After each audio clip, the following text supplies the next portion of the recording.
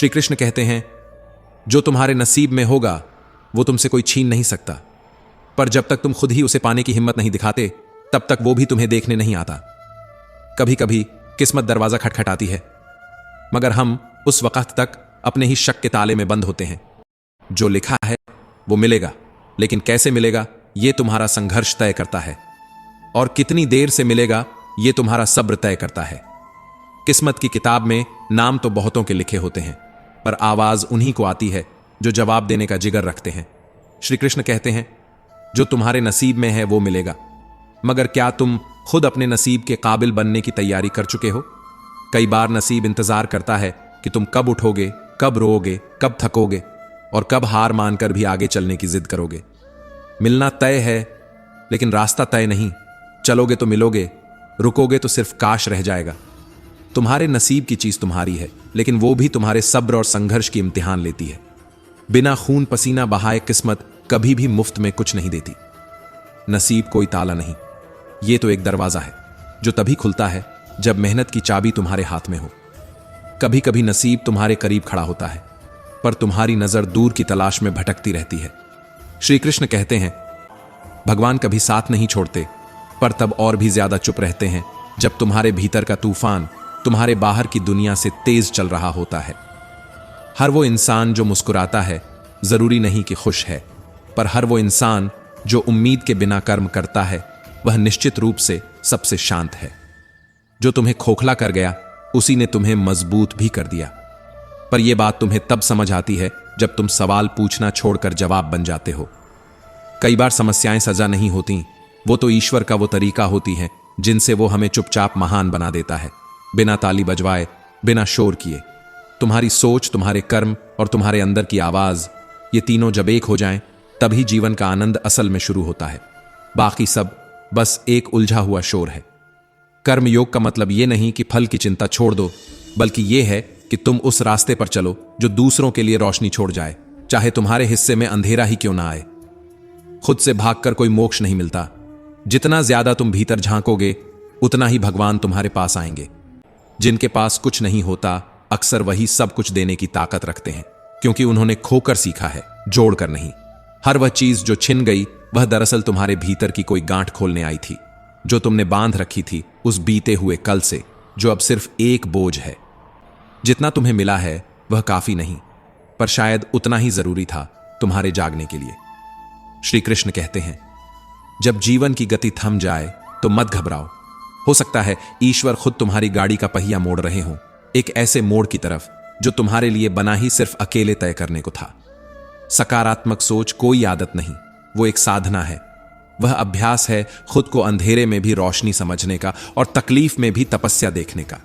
ईश्वर ने तुम्हारा हाथ खाली किया क्योंकि वो जानता है भरे हाथ कभी प्रार्थना की मुद्रा नहीं बना सकते। जो लोग तुमसे सिर्फ तुम्हारे अच्छे वक्त में जुड़े रहे वो संबंध नहीं, समझौते थे। और जो तुम्हारे साथ तब खड़े रहे जब तुम्हारे पास सिर्फ खामोशी थी, वही तुम्हारा सत्य है। कभी कभी हम उस द्वार पर दस्तक देते हैं जो हमारे लिए खुला ही नहीं था, और उस दरवाजे के बंद होने को हम हार समझ बैठते हैं, जबकि वो सिर्फ एक मोड़ होता है।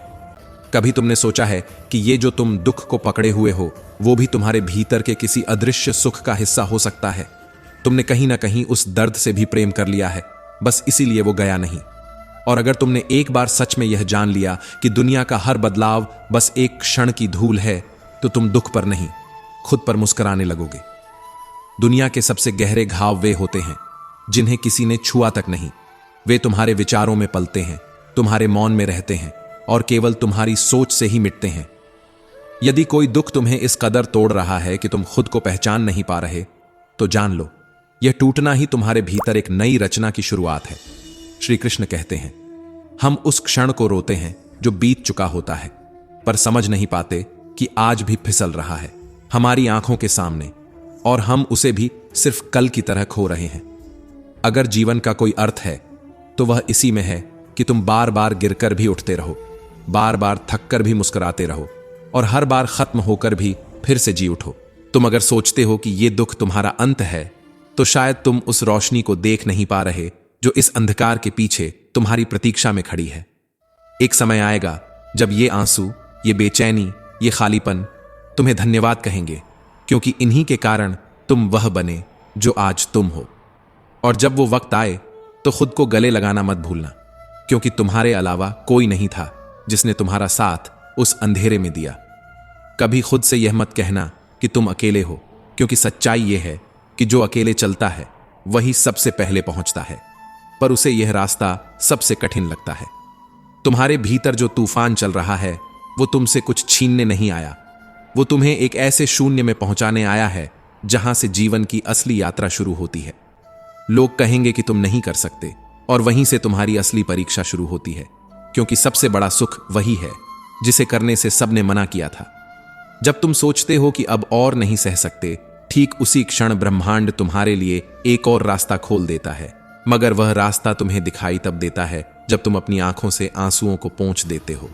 हर समस्या एक रूप में गुरु होती है, वह तुम्हें तोड़ती है ताकि तुम स्वयं को फिर से नया गढ़ सको, जैसे किसी मिट्टी के खिलौने को फिर से भिगोकर नई आकृति दी जाती है।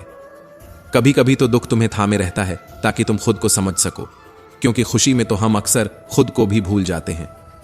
अपने भीतर की आवाज को सुनो, जो हर शोर के पार, हर तकरार के बाद और हर दर्द के नीचे धीरे से कहती है, मैं अभी भी जिंदा हूं। इस क्षण को थाम लो, क्योंकि कल यह भी सिर्फ याद बन जाएगा, और यादें कभी वापस नहीं आती, वे बस छाया छोड़ जाती हैं। तुमने बहुत रो लिया, अब मुस्कुराने की आदत डालो, क्योंकि हंसी भी तो एक विद्रोह है उस दुनिया के खिलाफ जिसने तुम्हें बस रोते हुए देखा है। इस ब्रह्मांड में तुम कोई बहुत बड़ी चीज नहीं हो, और यही बात तुम्हें हल्का कर देती है। जब तुम खुद को कम समझते हो तभी जीवन बड़ा लगता है। तुम्हारा दुख तुम्हारी जिम्मेदारी नहीं है, पर उससे बाहर निकलना तुम्हारा अधिकार है, और अगर तुमने चाहा तो कोई भी ताकत तुम्हें दुख में कैद नहीं रख सकती। किसी ने पूछा, जीवन में मुस्कुराओ तो क्यों? मैंने कहा, क्योंकि मुस्कुराना उस खामोशी को तोड़ता है जो हमारे भीतर धीरे धीरे मर रही उम्मीद को छुपा रही होती है।